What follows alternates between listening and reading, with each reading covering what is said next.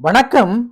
புதிய பாம்பன் பாலத்தை பிரதமர் மோடி அவர்கள் திறந்து வைத்ததை தொடர்ந்து அடுத்த மகிழ்ச்சியான அறிவிப்பு வெளியாக உள்ளது. சென்னையிலிருந்து ராமேஸ்வரத்திற்கு புதிய வந்தே பாரத் ரயில் சேவை தொடங்க இருக்கின்றது. சென்னைக்கும் ராமேஸ்வரத்திற்கும் இடையேயான தூரம் 600 கிலோமீட்டர். தற்போதைய ரயில்கள் 10:30 மணி நேரத்தில் ராமேஸ்வரத்தை சென்றடைகின்றன.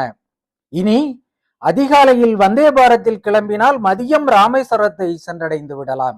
சென்னை ராமேஸ்வரம் புதிய வந்தே பாரத் ரயில் காலை 5:50 மணிக்கு சென்னையில் இருந்து கிளம்பும்.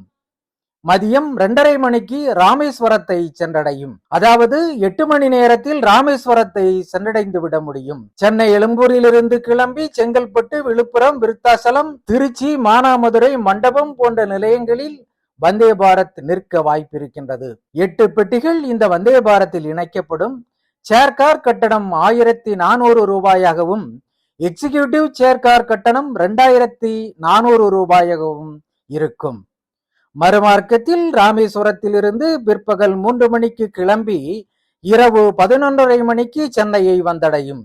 வாரத்தில் 6 நாட்கள் இந்த புதிய வந்தே பாரத் இயங்கும். இது தமிழகத்திற்கான 9வது வந்தே பாரத் ரயிலாகும். இது பற்றிய முழுமையான அதிகாரபூர்வமான அறிவிப்பு விரைவில் வெளிவரும். நன்றி, வணக்கம்.